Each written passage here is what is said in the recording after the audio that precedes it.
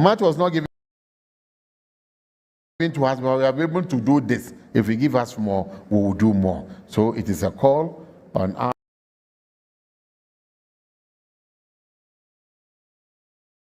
president. The line now is tourism. Once we invest in tourism, we will be able to do more for you. Thank you. Honorable Cabinet Secretary, the questions you had, and as the Honorable Judge has said, you're allowed to also speak to some of his questions. Thank you very much. I liked the question by Kavasa about the role of the Gen Zs in tourism.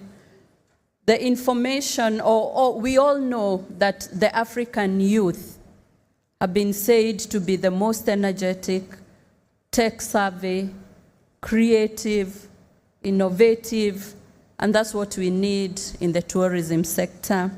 We need to harness their creativity instead of us looking for, I don't know, this skill very expensively across the borders and all that. And in Kenya, we are working on Youth in Tourism Initiative, where we want to tap into their talent and their creativity so that we can embrace them in tourism, and also some of their ideas that can help them in their startups so that they can become entrepreneurs. And I think this is the way to go.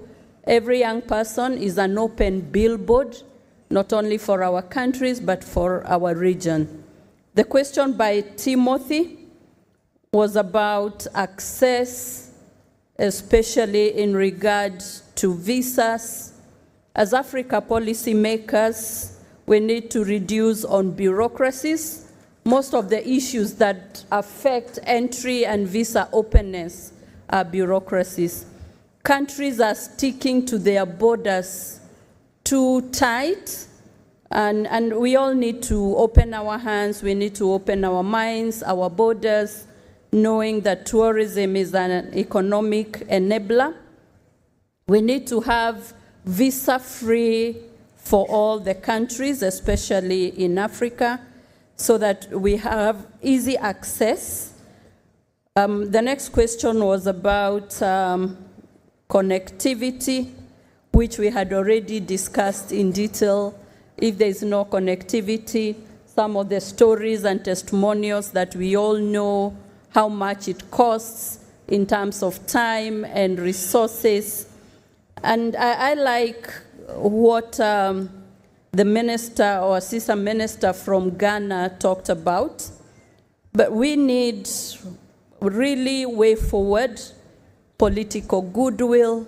We need very serious discussions and execution. Problems are known, solutions are there.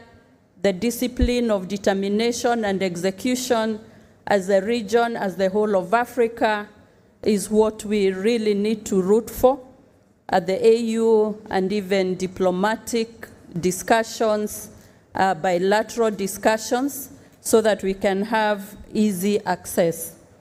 In Kenya, we have visa-free for Africa countries and for other travelers, where we have electronic travel authorization. The cost has been reduced from $50 to $30, and the turnaround time pegged at maximum 72 hours, but with possibilities of an instant processing. And in any event, there is also an express facility available for those that would like to have instant authorization to enter the country. But I'm very delighted by all the proposals and the suggestions that are coming forth from the floor. Thank you. Thank you very much, Honorable Minister. SG. Thank you, Master of Ceremony. I'll keep my intervention very short because I think a lot has been covered. Without being very cliche, I'll say to the Gen Z, the famous quote by John F. Kennedy, ask not what your country will do for you, but ask what you will do for your country. And there's a lot of opportunities you can harness as a young person, and this the CS for Kenya has highlighted. Well, how do you use creativity? How do you use your digital platform? There are so many things. When I was growing up, there was a lot of exchange visits from schools, from universities. You can do that online. You can create homestay programs. You can be a brand ambassador like Talia.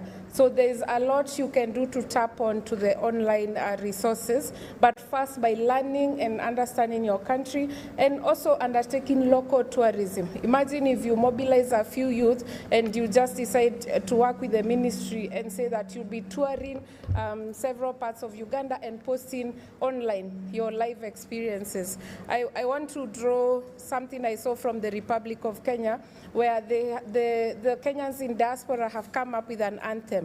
And I invite you to look at it online. It's really a beautiful way of using technology to sell your country. If you go to Tanzania, there's a 24-hour dedicated channel on tourism. If you're in the hotel room, that's what you see. Rwanda has made it easy for everyone and anyone to go into their country, and they've gone big, offering to sponsor big Premier League games. You invest and then you get the return on that investment. So being creative, thinking out of the box. And the other thing I'll say on funding that is critical, I think the policymakers have taken up the need to upscale more funding to that sector. But the bottom line is that we should never lose hope. These conversations are important. To the policymakers, I'll say this. Let us do, there's a saying that we say, nothing for us without us. So it's important for the ministers and the policymakers to engage the captains of industry, the industry players, and have those discussions. I was privileged to host a number of private sector roundtables in Kigali, here in Kampala, Dar es Salaam, and when you hear from the private sector their experiences, then you are in a better space to take the right decision. So my call is that if we've not sat down to hear back from our tour operators, our people in that industry, let us be deliberate and do that. Thank you very much. Thank you very much, Secretary General. Honorable Minister.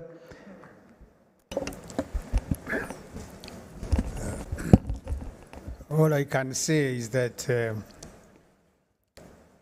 I have learned to be very, very positive. At the beginning, I was always cross with Honorable Matia Kasaija, the Minister of Finance. And he always reminded me that we went to the same school, so I had to be easy with him. So I have learned to be positive. For the last consecutive financial years, there has been an improvement on the allocation for the Ministry of Tourism. This financial year coming, we will get about 450 billion Uganda shillings. So that's a colossal improvement.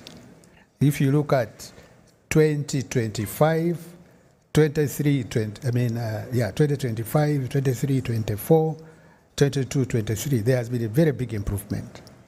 And this coming financial year, we will be getting 450 billion. The very same words today used by the Minister of the Republic of Kenya. She talked of a low-hanging fruit, tourism. The very same words, actually, the Minister of Finance in Uganda uses. So he's quite positive. And with this 450 billion, we will have to do marketing, we'll have to do promotion, and work with other stakeholders, the private sector, to make sure that there is real improvement in terms of inbound tourism, tourists. But we have also realized that domestic tourism in Uganda has surprisingly improved. I don't want to say thank COVID, but COVID did teach us that you can still go on with your tourism without inbound tourists from outside the country. And that was proven. So this time we shall have domestic tourists, that is Ugandans, the upper layer in his presentation today.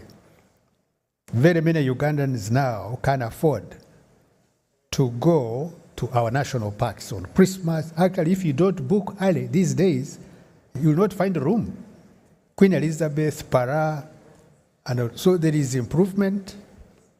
I have no doubt that the coming years, 2025, 2026, 2027, the government of Uganda will continue to budget better, to give more resources to tourism. Thank you. Can we appreciate the honorable ministers? My boss is the honorable minister. If he allows that question, I will be happy to take it. Just that one question. Honorable minister, do we allow that one question? I have no problem. All right. Microphone for that gentleman. No, please note that we have 4 days of discussions, PS, right? And all the sessions, SG, we want a lady. The Secretary General is allowed for gender. So, SG, are you picking her, or I'm open to any suggestion? All right, so we'll have a question here. Let's start there. Keep it short, sir. Your name and question? Good afternoon. My name is Advi Tuso from South Africa. I'm very happy to be here. First time in Uganda. Can we warmly welcome our brother, ladies and gentlemen? So I've got these 2 questions to all of you. Yes. What are you doing as governments to help small travel agencies? Because there are a lot of travel agencies here so that they can sell Africa. All right. Number 2, the pricing is too high.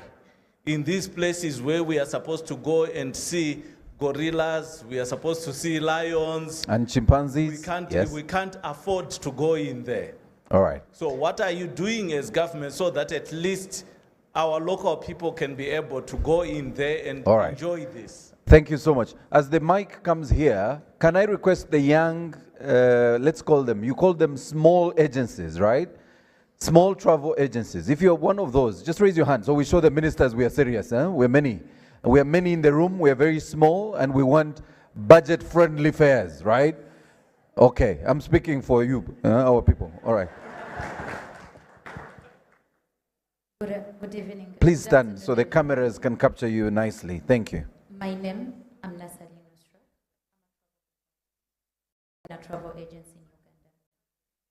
Question to all of the delegates seated up there. Excellencies, in each of your regions, many of your citizens, and this perhaps I'm going to talk about Ugandans, they are eager to explore their own countries, and they're eager to know what's beyond the walls they stay in, but often find that local tourism is more expensive than actually international tourism. The young girl, the beautiful girl who was here, she talked about going to Bwindi. I believe every Ugandan here has tried to make a package to Bwindi impenetrable. God, I can take a trip to Dubai with that same fare. So, as all of you in your own,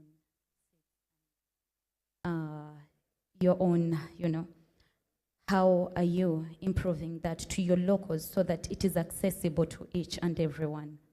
Thank you so much.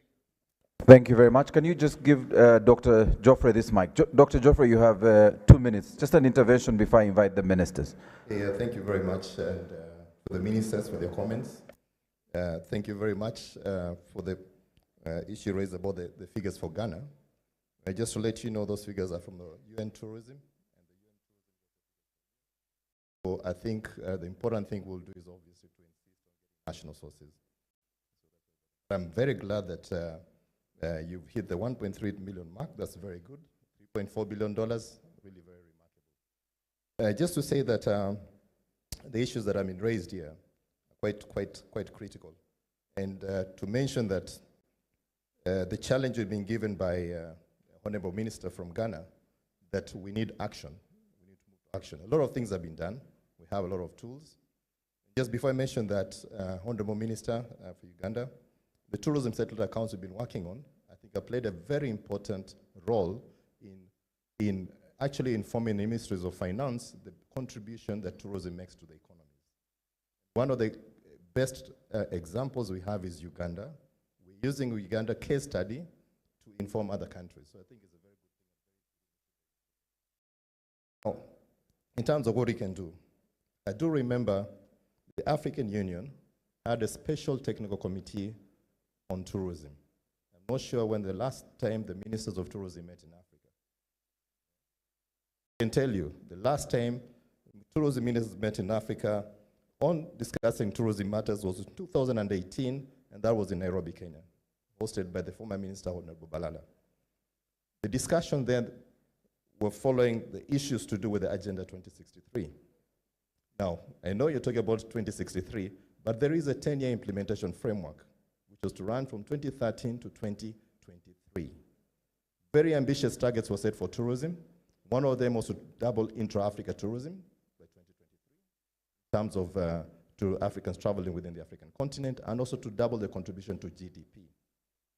Now, a key recommendation was made that to achieve these targets for the tourism sector, we must have a continental tourism strategy, which was done and endorsed by the heads of states of government in Niamey, Niger in 2019. The other recommendation that was made was the establishment, this is as part of the Agenda 2060, the establishment of the African Tourism Organization.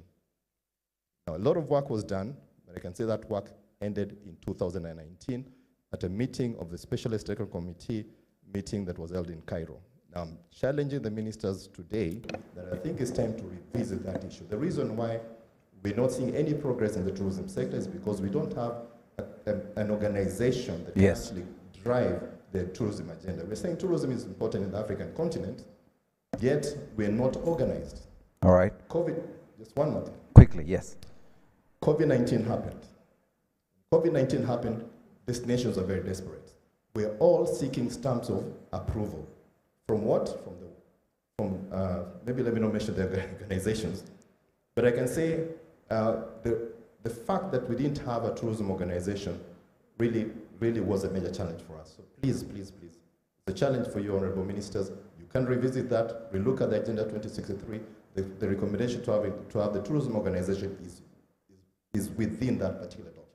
Thank you very much. Thank you very much, Doctor. I will now ask the honorable ministers to, and Your Excellency, the SG, do you want to start this? And then we wrap this up with the honorable minister here.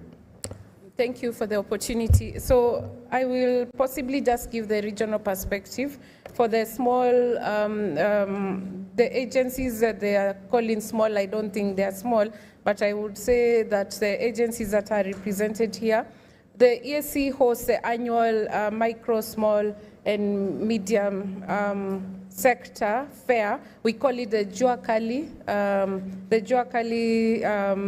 fair, and it is hosted in a partner state. Last year, it was in Juba. Now, in October this year, the Juakali